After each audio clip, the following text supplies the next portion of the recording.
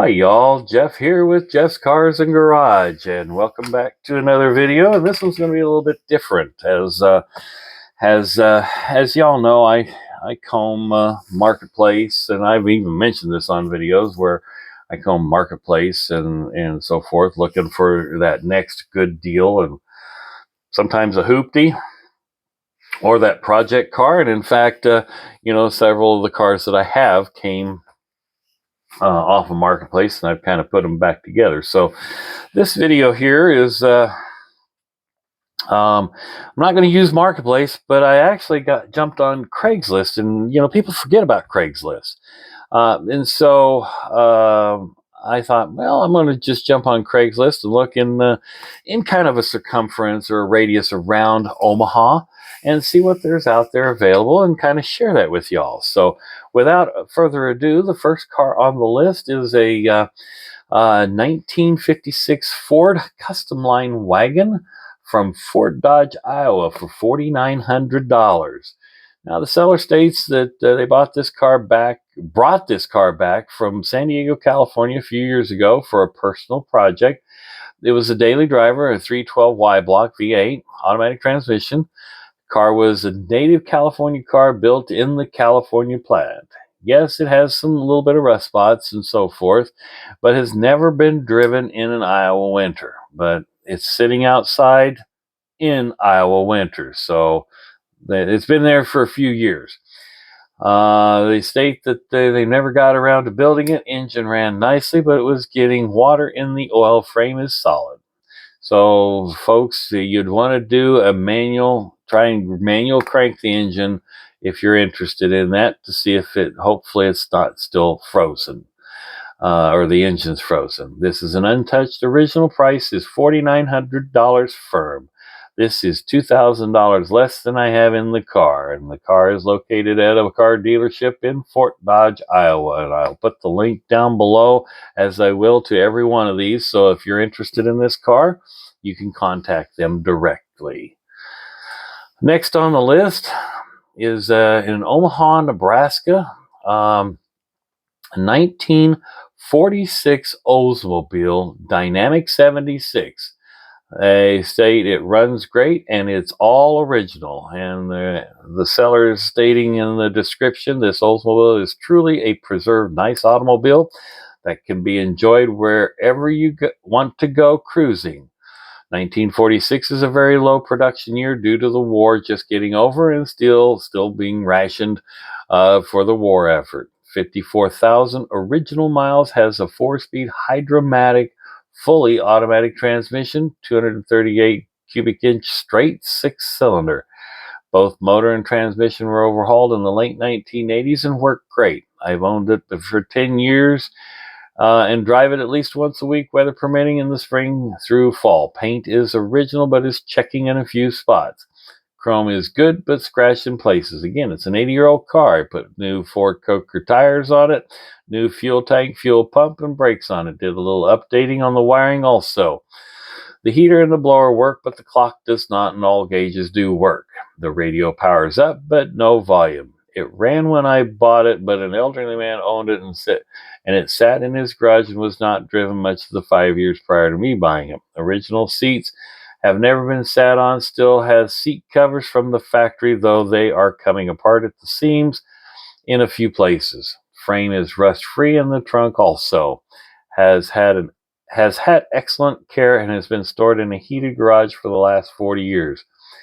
Drive it anywhere, it will run 60 mile an hour on the interstate. They don't have to sell it, they say, but they have their eye on something else and have no room for another car, and that kind of sounds a little bit like me.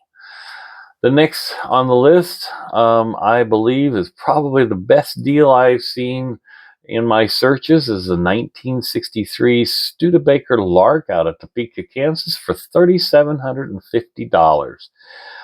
This Studebaker is a running and driving car taken to local car cruises and occasionally used as a daily driver. This is a 62-year-old vehicle. It's almost as old as me. The engine could use a rebuild, but the body has minimal rust and would make a great restoration project. Factory original 6-cylinder engine, 3-speed manual transmission with overdrive, stock steel wheels, good tires. Odometer shows just under 63,000 miles and believed to be accurate. So if you're interested in something like this is located in Topeka, Kansas, and to me, and by looking at the pictures, this is a good specimen. I might be interested in myself, although I'm not a big Studebaker fan, but there are a lot of collectors out there of Studebakers. So there you go. This would be one worth looking at. Next on the list is out of Cedar Bluffs, Nebraska, 1964 Plymouth Valiant four-door for $6,000. Not a lot of pictures and not a lot of description, but it says the 1964 Plymouth Valiant project car with much mechanical work done. Rebuilt 225 cubic inch motor, new complete brakes, including new lines, new tires, paperwork in hand on work done. And it says to call Jim. So the link of the informational, the ad will be down in the description. The next on the list is out of Omaha, Nebraska, 1950 Plymouth Business Coupe for $7,000. Now, this person here is trying to promote this as a potential resto mod. And so he starts out by saying, ready for cruising, jump in and enjoy the ride. Excuse me. First $7,000 takes it home. Where are the Hemi heads? What are you going to do with that Hemi sitting on the garage floor? Build your own unique, one-of-a-kind hot rod. This business coupe is a surviving original with only 58,000 miles on it. If you want to leave it that way, yeah, I possibly would do that. But they need to make room for other projects. All chrome and trim is there and in great condition. No need to try hunting down any little hard-to-find parts that would usually be missing or in bad shape. Has new battery plugs, wires, brakes, exhaust, starter, and clutch. Still has the original jack. Needs no other repairs. He runs an auto repair shop, and we did a thorough inspection, and it's mechanically sound. Minimal rust for a 75-year-old classic. Frame is solid and will hold your Hemi no problem. Starts up every time, runs great. Flathead 6-cylinder, which they referred to back then as bulletproof. 3-speed on the column, and has a file full of receipts for the repairs. Extra new and used parts go with it. Everything works except for the radio, but has a spare that he was told works. Guaranteed no one else has one like this in this shape for this low of price. So there you go, folks. If that's something that interests you, and it's not a bad looking car, you'll want to contact Dan, I believe is the name on the listing, and give him a shout. Next on the list is out of St. Joseph, Missouri, and of course, I'm a Mercedes guy, so we're going to put some Mercedes on here. I'm always looking for them. This happens to be a 1984 Mercedes-Benz 380 SL for $12,222. Interesting amount of money, but it says it's garage kept and pampered by the previous owner for 20 years. Definitely grabs attention anywhere you go. Runs and drives smooth, no mechanical issues. But does have a lot of vintage Mercedes charm. Brand new soft top, same as the interior, and is partially installed. Just needs to be put on the rest of the way. Started, but they never finished it. Also comes with a removable white hard top. This car is gorgeous and maintains so much integrity for being a car made in the 1980s. They say normal wear and tear for her age, some paint chips around the hardtop area, and a dash bulb that needs to be replaced. So there must be a bulb out in the cluster or something. I don't drive her much as I'd like since I travel often, and it feels wrong for letting her just sit in the garage. This car deserves an owner who will love her, cruise in her, and keep her story going. Serious inquiries only, and if the ad is up, it's still available. The ad right now, as of today, is still up, and it's been posted for about 14 days. So if you're interested in a 1984 380 SL, there you go, folks. Up next is another Mercedes, a 1985 380 SL from not too far away from that one. This one's just east of Atchison, Kansas, over in the Missouri area, Rushville, Missouri area, I think. It's a 1985 with 91,000-ish miles. Soft top canvas has been replaced, always garaged, always winterized, and they've owned this vehicle for 10 years. It starts, runs, and drives excellent. They've also always licensed it as a Missouri historic vehicle. Tires are in very good condition. Spare is as new. They took off the hardtop when they bought it and still have the hardtop, but never put it back on. That could be a problem, folks, because unless you're storing that hardtop correctly, it could also have kind of bent a little bit. So it might be a little snug going back on. Original paint, 40-year-old survivor.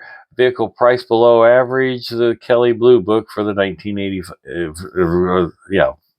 Below average for Kelley Blue Book. 1985 models are the last and most desirable of the 380 SL, so they say. Never drove it in a winter or bad weather. AC does not blow cold air, but if you have the convertible top down, why do you need AC, right? Everything else works. All original documentation, 2 keys and toolkit included. The pictures, as they're saying in the ad, will attest to her care and condition, and they still drive the car, so the odometer reading might change a little bit. So this does look like a very nice representation of a 380 SL, and actually does have the extra little jump seats in the back seats. So, which is a little unusual because I thought Mercedes only did that mainly in the 560s, but that was an option back then to have that extra, the rear seat. So if you're interested in a 1985 Mercedes 380 SL for $11,950, there you go, folks. Next on the list, of course, is another Mercedes. 1974 Mercedes 450 SL. This is in the Denver area, and this is kind of out of the reach of what I was talking about, but it just happened to pop up. They want $13,900 for it with 94,000 miles. It's got with the hard top and the soft top and original paint, and it says the AC works. Always kept in a climate control garage. And this is the last year without the catalytic converter. Battery is in the front also, yes, and that is something too. I believe in 1975 or 1976, I can't remember the year, they put the batteries in the right-hand side rear of the trunk. Excuse me.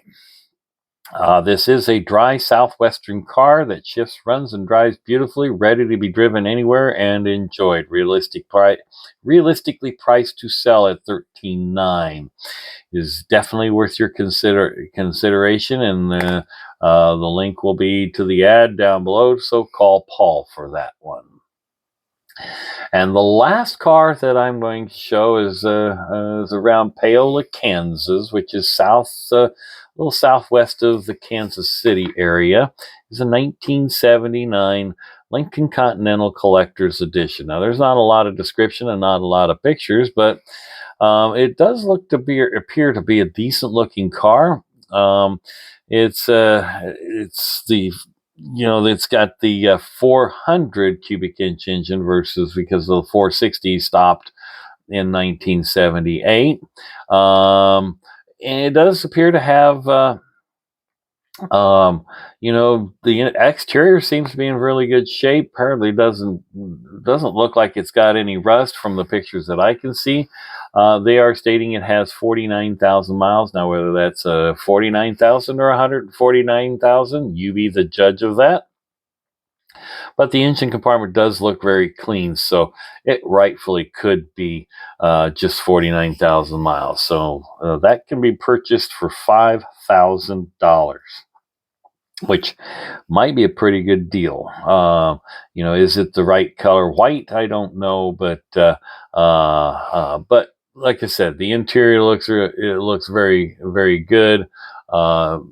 If you're interested in something like that, obviously contact the seller and see if you can get a lot more pictures before driving to, to near Kansas City metro area. So, or just south of the Kansas City metro area.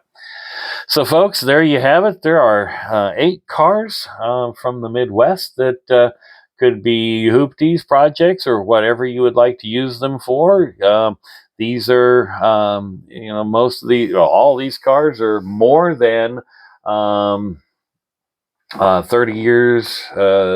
This is my list of 1985 or before, and so some of these things, you know, are they going to be collector's items at some point? Some of them probably are. Some of them, you never know what's going to happen in the collector car market. But if you have any interest in those, find the link down below, and certainly make a contact to the seller of that. So more to come. I'll have some more. I'm going to take specifically around the Midwest area because, a lot of my viewers, I believe, are in the Midwest, and who knows, you might have some interest in some of these cars. Have a great day. Thanks for watching. Hit subscribe. More to come. Thank you.